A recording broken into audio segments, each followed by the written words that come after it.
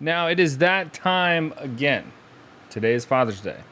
I actually spent the day with the boys. We went to Strawberry Bakery, which is this little Spanish bakery right around the corner with Pops. And then we went to the movies. Saw Master of the Universe. My buddy asked me what I thought. I said it's a little bit cheesy, but I thought it was good. It was definitely worth it. The boys liked it. So it was nice. It was really nice to spend the day with them. And then, I mean, couldn't plan this, but a funny story that I think reiterates just some of the things that I think are really important. Showing up and being useful to people, right? Carter's buddy from basketball, his basketball team, came over because he needed help replacing a brake light. And he had something that kind of fell off the underside of his car. It was like a plastic cover that had kind of been ripped off, and it was dragging on the floor, and he didn't know what to do. So he called Carter, and he said, "Hey, I went to my mechanic, and this is what my mechanic said, but I would rather take it over to your dad so he could look at it." So this same friend, during the basketball season last year, had his tailgate broke. And they were trying to go to a basketball game, and they could not get the tailgate to close. So I ended up helping them fix the tailgate. And then, ever since then, when stuff happens with his car, he brings it over here. Which, to me, speaks to a couple things. One, the name of this podcast, Pursuit of Utility, just being useful, right? Just being able to help people do things, to me, is very important, right? It's very important, and it helps you. I don't know. I feel like, not that you want to tie your purpose to anything specifically like that, but being able to be useful to the people that you care about, I feel like that's the goal, right? I feel like that is one of the ways that you can get fulfillment, right? Is being useful to those that you care about. So I had to stop recording, had to go do that. And speaking of recording, this is the third time I'm recording this podcast. First time, did the whole thing. The software crashed at the end of it. Never uploaded the recording. Then the second time, I was going through the recording. Same thing happened. It failed about midway through. Then after that, Carter got home from the gym. His buddy came over. We did that. And now we're at it again. Third time. And, it's not so different than being a parent, right, and fatherhood. Because things aren't always going to go your way. You might have a plan that might not work, and you might have to adjust, and that's okay. And that's all part of it. And the biggest thing is not giving up, right? Here I am, third time. Who knows how this one's going to go? Hopefully we get it recorded and we can post it, because this is a little bit of a tradition. I try to do these every Father's Day because, to me, being a dad is probably the single most important thing that I do, right? It is absolutely the part that, more so than anything, I am hyper focused on how I show up for the boys, how I show up for Nat, right? How am I doing as a husband? How am I doing as a father? And a funny story, about a month ago, we were at a company party, and I won an award. But that was not the most meaningful part of that party. The most meaningful part of that party is there was two guys on a team, two younger guys who don't have kids. And they both came up to me separately and said something along the lines of, "You know what, when I become a dad, I want to be like you. I would like to do it the way you do it." And that really meant a lot to me, because I never thought about that. I never thought about being an example to other young men in terms of how to show up as a parent, as a husband, as a man. I think about that for the kids, certainly, but I never thought about that for other adults. And I remember, Beckett's 12, Carter's 16, Aiden's 22, so a little bit less so for Aiden, but Beckett and Carter are like right in the phase of life where my parents split up. So I believe I was 13. So I can see what they're going through And then I can remember back to what things were like for me at that point. So it's interesting and difficult at times to know exactly what things should look like. And I remember when I was a young dad, it was hard. I struggled quite a bit. And I remember I went and saw somebody, and part of what we talked through was if you don't necessarily have a model of how you want things to look, then you need to create what you would have wanted for your family. And that was probably one of the biggest takeaways I ever got from talking with somebody was that. And now to hear that I just might be doing that for other people really means a lot, because that was never my intention. But if that's a byproduct, that's awesome. I love that, and it makes me feel great. So it was nice to hear that. It was nice to hear that from two guys that maybe they want to do parenting like me, and not that the reason that I share stuff about the boys or the reason that I share our projects or any of that is so I get recognition necessarily in terms of, oh man, I'm such a great dad. It's mostly because I'm trying to figure this out in public and share maybe some of the things that I learned, but also I want to document the things that we're doing together so that I can look back at them. I can look back at them in I can look back at them and see the progress that they've made. Whether it's basketball for Beckett or music for Aiden or basketball or videography for Carter, it's great to be able to look back and see it, see how far they've come. So, in thinking about this episode, right, thinking about, Father's Day in general, there are two things that I really wanted to touch on. Two things that I thought, thinking about Father's Day this year, two recurring themes. One is don't hedge. And what do I mean by don't hedge? What do I mean by don't hedge? What I mean by that is, if there is something that you want to do, do not play it safe by not going all in on that thing, whatever it might be, right? That could be making it to the NBA. That could be traveling around the world as a videographer. That could be being a tattoo artist and a musician. If that is what you want, go after it 100%. Do not be afraid to fully commit to something, right? Don't try to play it safe by giving 40% in 10 different things. Give 120% to something and just see what's going to happen. When I think back about high school baseball, I wish that I would have focused more on that. I wish I would have pushed myself more. I wish I would have really tried to go as far as I possibly could go, work as hard as I can to see what would happen. Could I have played at a community college? Could I have maybe gone to a small college? What could I have done differently to change the trajectory of, my experience with that sport? So to that end, whatever the thing is that you are interested in, right? Whatever that might be, don't be afraid to give it your all. So I think about the things that Beckett is doing with basketball, things that Aiden is doing with music, the things that Carter is doing with videography now. Really diving into that and surrounding yourself with people that could help you get better, right? Whether that's trainers, mentors, being around people that will help you grow, push you potentially.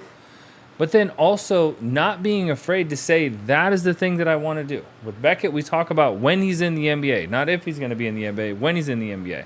With Carter, we talk about when he's traveling around the world as a videographer. With Aiden, we talk about when he plays Red Rocks, when he plays Ultra, when he plays EDC, right? We are fully committed to those dreams. For Christmas this year, I actually bought them a little bracelet, and the little bracelet said, I believe in you. Right? There was something I heard a while back that was, it only takes one person to believe in you. You just need one person to believe in you. And if I do nothing else as a dad, it is without a doubt, if the boys are asked, what did your dad think about this? They would all immediately say he thought I could do it. he thought I could do it, or he was with me, or he was helping me, or he was encouraging me, or he was doing whatever he possibly could to help me achieve the goal that I had, because he believed, maybe even more than I believed, that I could achieve it. So I think for kids and grown-ups alike, not hedging is hugely important. Now, I can remember being probably late teens, early 20s, and I was setting up some account. It was probably like my bank account, but I remember there being a security question. The security question was, what's your greatest fear? And I put failure. And I look back at that, and it speaks to the fact that maybe I was a little bit risk averse. Maybe I was afraid of failing publicly. Maybe I only wanted to do things where I was reasonably assured of the outcome. And that changed a lot of how I proceeded in the early part of my career, right? Maybe I played it a little bit too safe. I had one boss actually tell me that I was risk averse. And they were right? They were right. For the earlier part of my year, especially with young kids, a young family, I was probably a little bit too risk averse. But, after 10 years or so of talking about starting my own business and starting my own agency, I finally did last year when I turned 41, Studio 41. And I hope that that's an example to the boys. I hope that's an example to the boys that, hey, it's never too late to do the thing. But also, if there's something that you want, go after it. Go after it. Now, the next thing that I've been really thinking a lot about is don't hide. And that is closely tied to don't hedge. And the reason that I think that is going to be hugely important, even more so than probably historically, is because people have to know the thing that you are trying to do, the skills that you have, right? In order for them to provide you with opportunities. And let me give some concrete examples. Yesterday, Carter and I went and recorded some pro games. So there's a cash tournament that was local. One of the boys' trainers was actually coaching a team. He asked us to come out and record, and so we did. And guess what happens while we're there? Carter met an influencer that is local, who's got hundreds of thousands of subscribers, got Carter's contact information, wants to link up with Carter and record. Someone else came up to Carter and asked them to record their game. He got people's phone numbers. He got connected with people on Instagram, all because he showed up and did the thing that he wants to do. And that might sound silly, but there are probably plenty of people in the stands that might want to be videographers. Maybe they are videographers, but they were not out there recording. And if you are someone who was looking for a videographer and you see a kid who's on the baseline with a camera, who's the person you're going to go up to? You're going to go up to the kid with the camera, right? Because he's doing the thing. So before you know it, the act of showing up and not being afraid to label the thing that you want to do and say, hey, I want to do that. That's the thing that I want to do. This is what I could do for you. The sooner you can get comfortable not being embarrassed about that, not being afraid of that, not being afraid to stand on the thing that you want to do, the more quickly opportunities will present themselves. Because now the universe and others know this is where this kid is going, this is what he wants to do. So, hey, I might have an opportunity. I might know somebody. Before you know it, doors start to open. But nobody is going to come find you and ask you about your dream and help pull you to your dream, right? You have to be actively pursuing that, and you have to be out there telling the world exactly what it is that you want. Another great example is, last year around the fall time, Beckett got invited to a pretty elite basketball camp through Instagram. Well, how do they find him? Because of the training videos, right? Had he not been posting training videos, had we not been documenting and sharing that, people wouldn't know. People wouldn't know that there was a sixth grader named Beckett in Tampa, Florida, and think that, hey, you know what? That kid might be good enough to come play with us. Why don't we have him come out? But the fact that he's okay with documenting that, he's okay with posting that, provides more and more opportunities for him. Aiden was just out in LA last month for a show. And a lot of the connections he's been making are through social media, right? Whether it's Instagram or TikTok, he's been putting a ton of content out there. And that is how he's getting shows. That is how he's connecting with other artists. That is how he's collaborating. You know, he's putting it out there that I want to do this. I not only am a tattoo artist, but I want to do music. So he's constantly posting the tattoos that he does. He's constantly telling people, hey, this is something I want to do. Come in and, you know, we can make something happen. He's not afraid to share his art. And that applies to anyone out there, right? I talk to professionals about this all the time, but I don't know why someone would not want to share the things that they do, the value that they add in the market. Aside from being afraid, which I fully can appreciate, I can't think of any downsides to letting people know that you can help them with this or that, or here's what you think, or here's how you would approach a problem, or, you know, here is something that you've done recently. I just don't see any downsides. I think building a personal brand is about the best thing that any professional could do, and that it would help them in the long run. The problem is it's delayed gratification, right? You don't see immediate results. And that is something that if I could teach the kids to invest in something like that, I think it'd be well worth it, right? I tell them all the time, I think the safest play you could probably make right now is building a personal brand. With AI, automation, all the disruption in all these different sectors, one thing that's not going away is media and the importance of an audience. So the sooner you can do that, the better.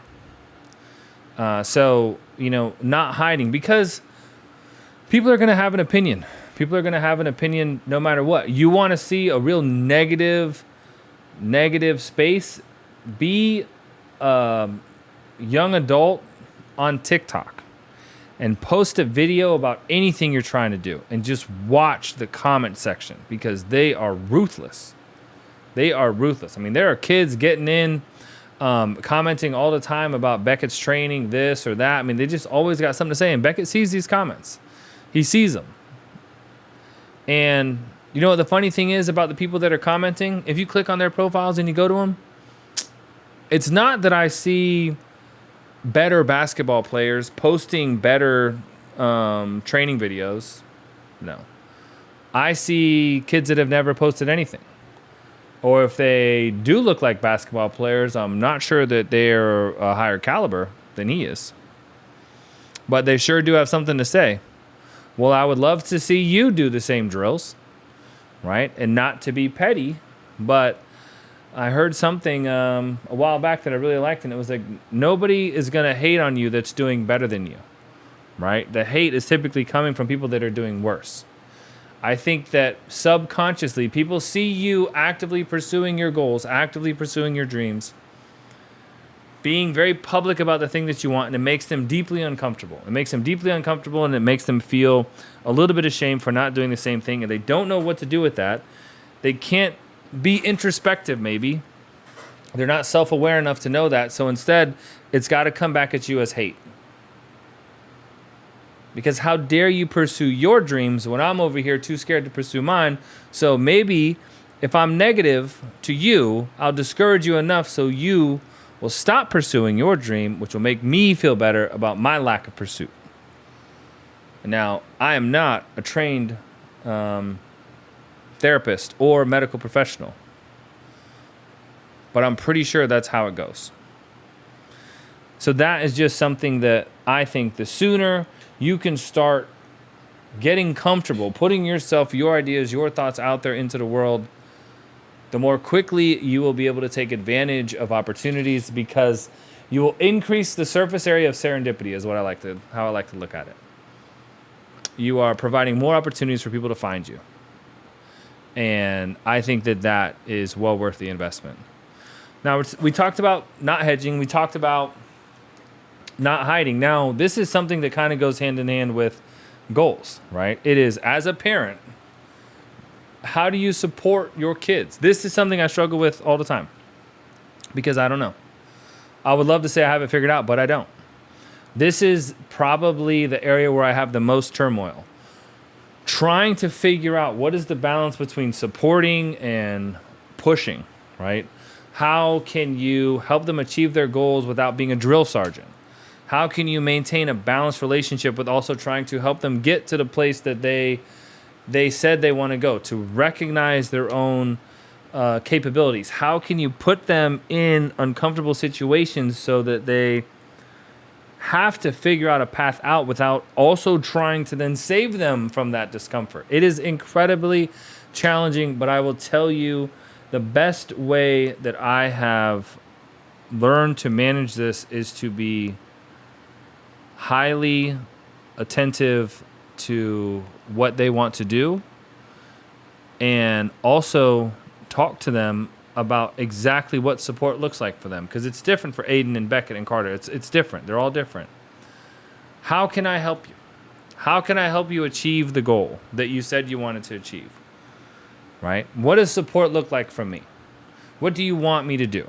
What role do you want me to play? How much do you want me to push you? How can I help remind you? Right? In doing the thing that we talk about. Because at the end of the day, it's not about me. They're not chasing my goals. I'm helping to support them chase theirs. Right? And just because I might have some idea on how they should do it, they're the ones that are actually doing the work. Specifically when it comes to sports. I feel like the most important thing for a youth athlete is to make sure they fall in love with the sport. Do you love the sport? Are you passionate about the sport? Are you having fun in the sport? Before you worry too much about taking it so seriously to get to some super ambitious goal that is much further out. Because if you turn it into a job before you love it, before you have the passion for it, I don't think that they will be able to sustain. So trying to find the balance between maintaining the fun, the passion, and still pursuing improvement is a fine line, but I think that needs to be something that is top of mind at all times, right? How do you maintain that balance? What does it look like? So strongly recommend talking with them, figuring out what they want to do, asking them how you can support them, and then you got to honor that. And then check in, right? I'm constantly auditing this, constantly. This is probably something that Nat and I talk about every couple of months. What do you think about this? What do you think about that? How do you think we should do this? Maybe, what can we do here? Right? We're trying to figure it out. And then we talk to the kids about it too. But how can you support them? And speaking of support, this is one thing that I think is a mental shift that a lot of people need to make. Get out of outcome-based feedback and get into input-based feedback. And what do I mean by that? What I mean by that is that if you focus on the output or the outcome, how many points did they score? Did they win? Did they lose? If you're only focused on the outcome, that to me is very performance-based. It's very performance-based feedback, and they might even associate your love or happiness with their performance. And you do not want that. At least I don't think you want that. Doesn't seem very healthy to me. Instead, I try to tie it to the inputs. What can they control? Attitude and effort. Are you showing up? Are you playing hard? Are you playing with good attitude? Are you being a good teammate? Right? Are you putting your best foot forward? Are you trying as hard as you possibly can? Because some days the shots aren't going to go in.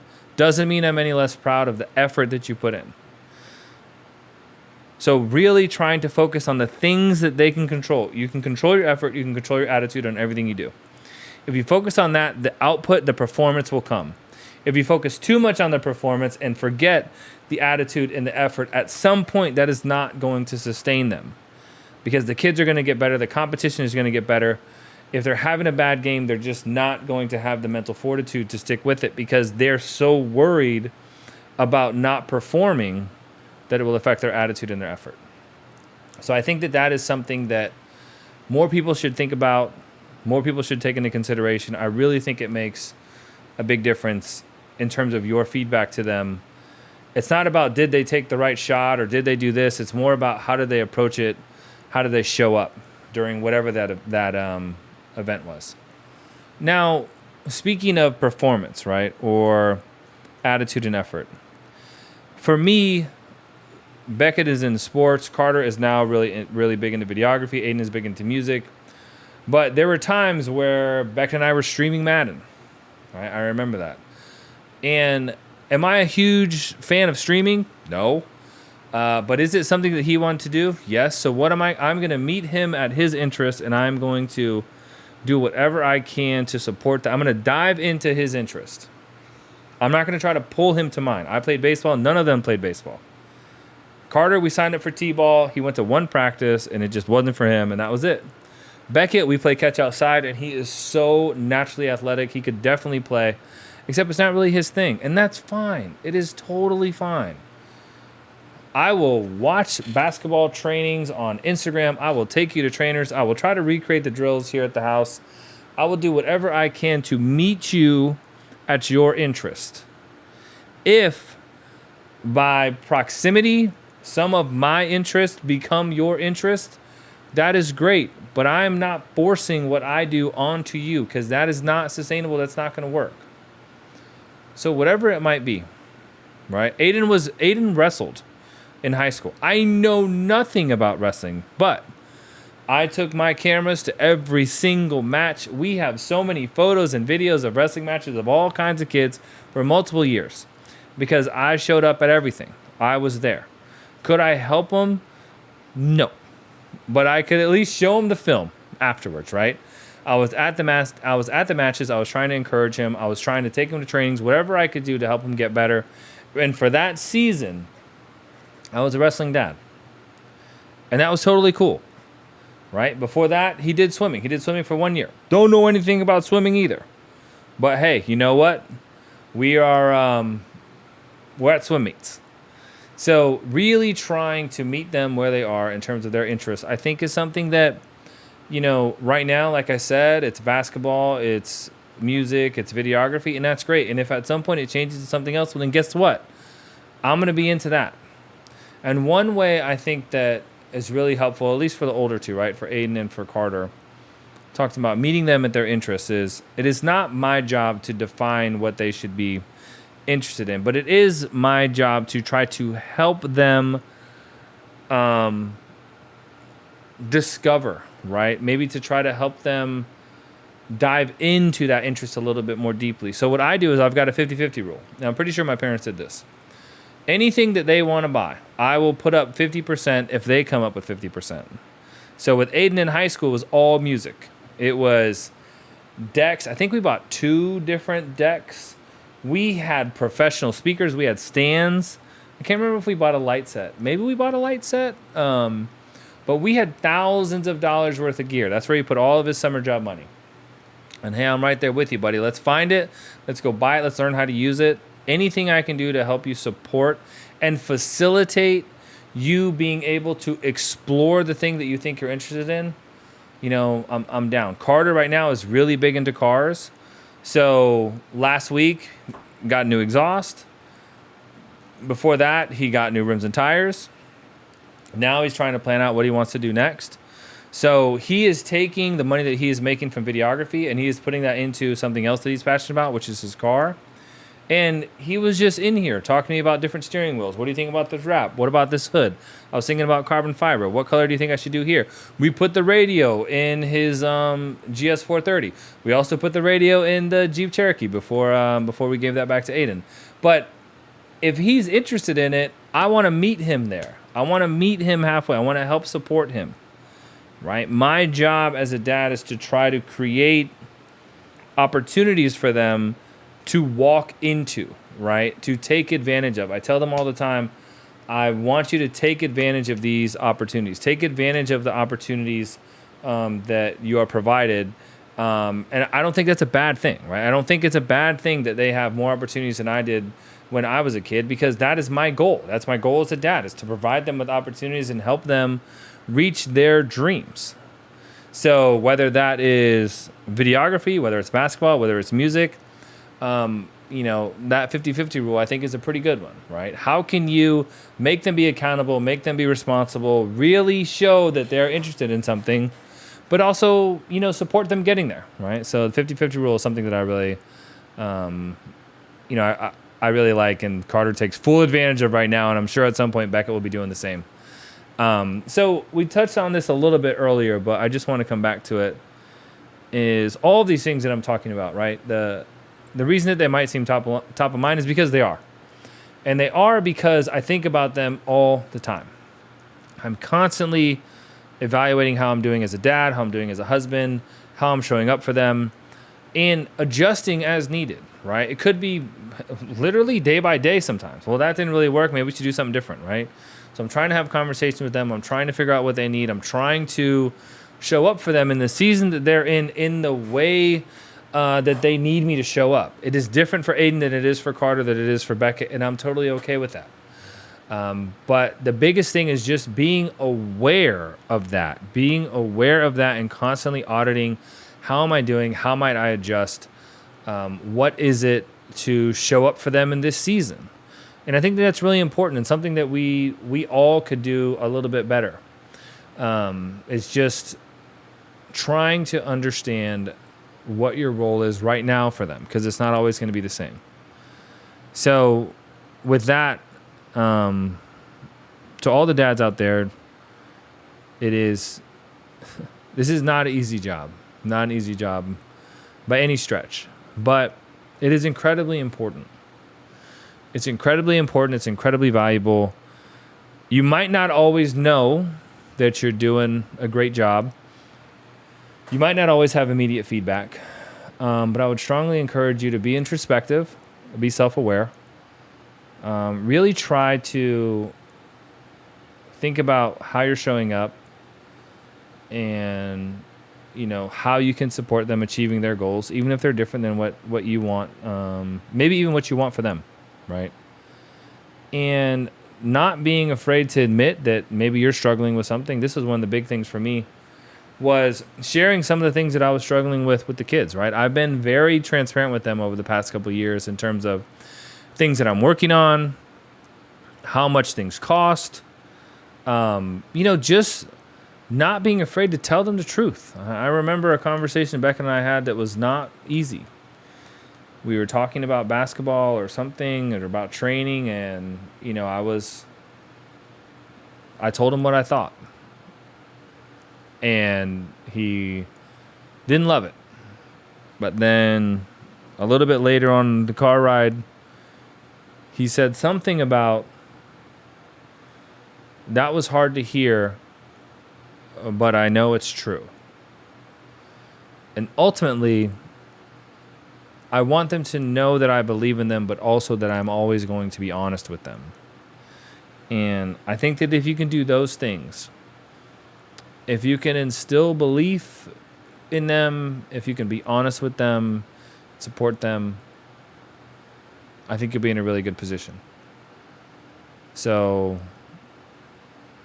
not just today, because it's Father's Day, but every day, I hope that, you continue to show up as your best self, and, continue to invest and be present with your kids and your loved ones, and,